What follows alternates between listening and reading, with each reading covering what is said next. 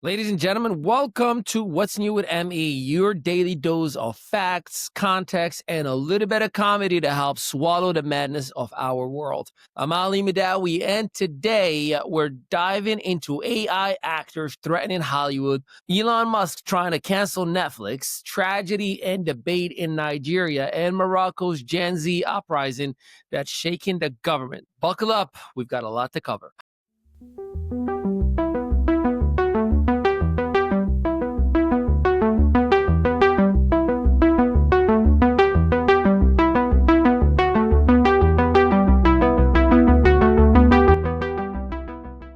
Hollywood has faced many villains, bad sequels, CGI mustaches, and even Nicolas Cage playing himself.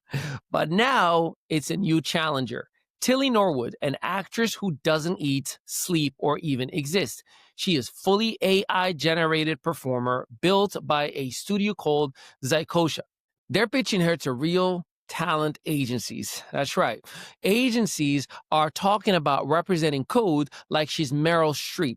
The studio even claimed she could cut production costs by 90%. Hollywood unions? Not laughing. SAG and AFTRA fired back, calling her not an actor, just a computer program with no life, no experience, and no emotion. Translation, she's got zero trauma to draw on, so good luck with method acting. Actors are furious. Emily Blunt literally said, "This is scary. Stop taking away our human connection."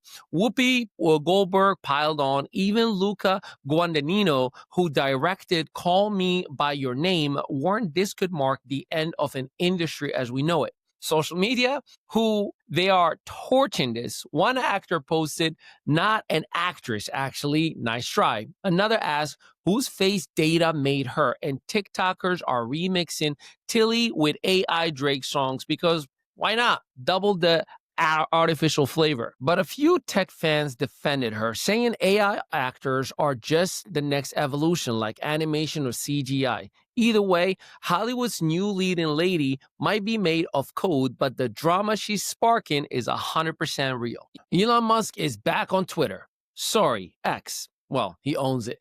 Doing what he does best, throwing grenades into culture wars. His new target? Netflix. He called for a hashtag cancel Netflix campaign after conservatives resurfaced Dead End Paranormal Park, a show Netflix canceled 2 years ago. The issue, the show had a trans lead character named Barney. The creator, Hamish Steele, is now facing harassment and even anti-Semitic threats. So let's get this straight, because the show ended in 2023, but it suddenly is public enemy number one in 2025. That's like boycotting Blockbuster today because you found out about late fees from years ago. Now, Netflix has other kids shows that you should be aware of for all things LGBTQ characters for children, like Strawberry Shortcake, like Barry in the Big City, and critics are calling this a woke agenda.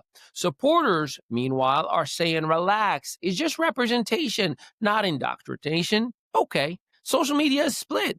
On one side, conservatives are chanting hashtag cancel Netflix, waving Musk's memes like battle flags. On the other, LGBTQ plus voices and allies are saying this isn't about a cartoon, it's about silencing us. Okay, here's my truth. This is not about right or left or even silencing any group. It's about parents simply concerned. Why is a 7-year-old show fueled with sexual conversations? Why is there a heavy push to activate and even corrupt the natural growth of elements that our kids need?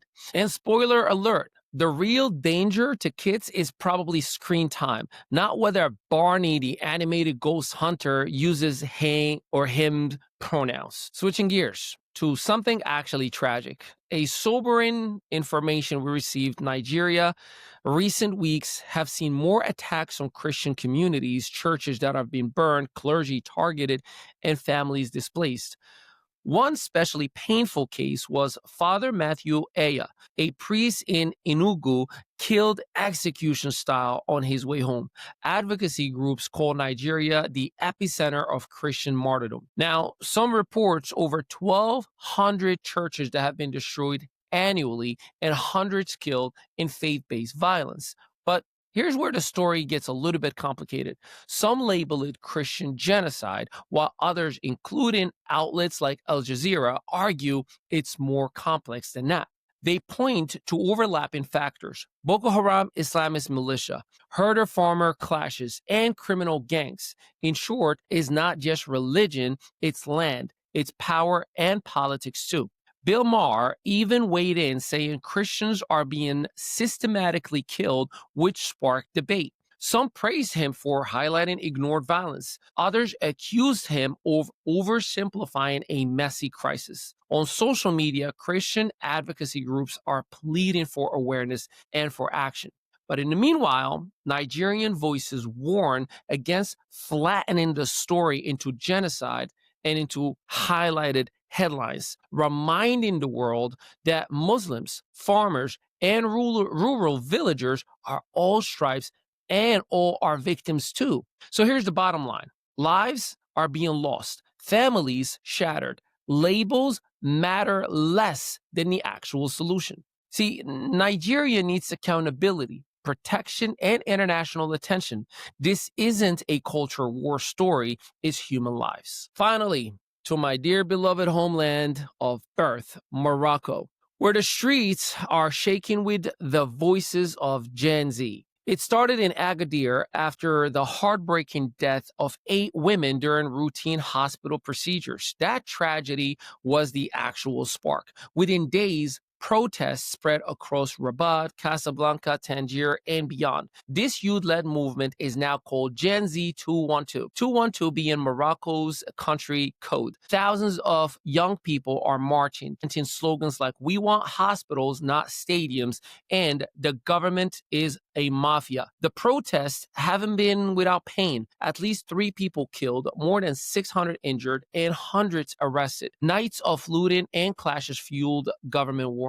Prime Minister Aziz Al-Kanouchi is calling for dialogue, but protesters say too little, too late. Their demands have been grown from healthcare reforms to call for government dismissal. Here's the clash. The government plans to spend $35 billion on World Cup stadiums and mega projects, while hospitals crumble, schools clash, and inequality deepens. Officials argue those investments bring jobs, they bring growth, and I kind of see it in a way. But protesters argue it's proof of misplaced priorities. Social media is driving this movement. Discord servers, TikTok streams, Twitch chats, the hashtag Gen Z 212 is everywhere, with videos of young Moroccans saying, "We are the youth, not the parasites." For me, as a Moroccan American, this one hits hard. The passion of our youth is real. Their frustrations are justified, but their future depends on turning this energy into reform, not into rage. And for the government, ignoring this wave could be costlier than any stadium they are building now. So today, we've seen 4 corners of the world. Hollywood fighting AI ghosts, Elon Musk fighting Netflix cartoons, Nigeria fighting for survival, and Moroccan youths are fighting for dignity. Different stories, same theme. People demanding to be seen, heard, and valued. And that's today's What's New with ME. If you found this breakdown useful, hit the follow button, drop your thoughts in the comment, be part of the conversation, and share this with someone who needs context, not headlines. For more, make sure you head to vmestudios.net. And of course, visit im.media for those of you who are creators out there. We'll see you tomorrow, fam. In a world of digital noise, your brand deserves a command center. Welcome to ME Studios, where your vision doesn't just get captured, it gets amplified. This isn't just another production space. This is your complete media powerhouse. Our multi-unit facility in New Jersey is engineered for brands that refuse to be overlooked.